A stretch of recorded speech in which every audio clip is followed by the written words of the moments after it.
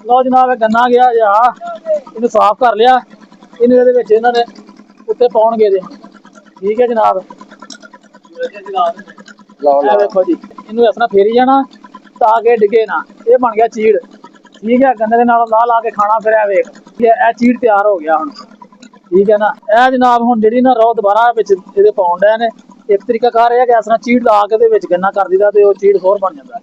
लेकिन यह जिहड़ी रोह हुण पैण दी दोबारा इन्होंने फिर तैयार करनी पत्त जिहड़ी कि 20-25 मिनट में तैयार हो जानी है। यह जिहड़ा प्रोसैस हुण इन्होंने करना शुरू कर दिता है।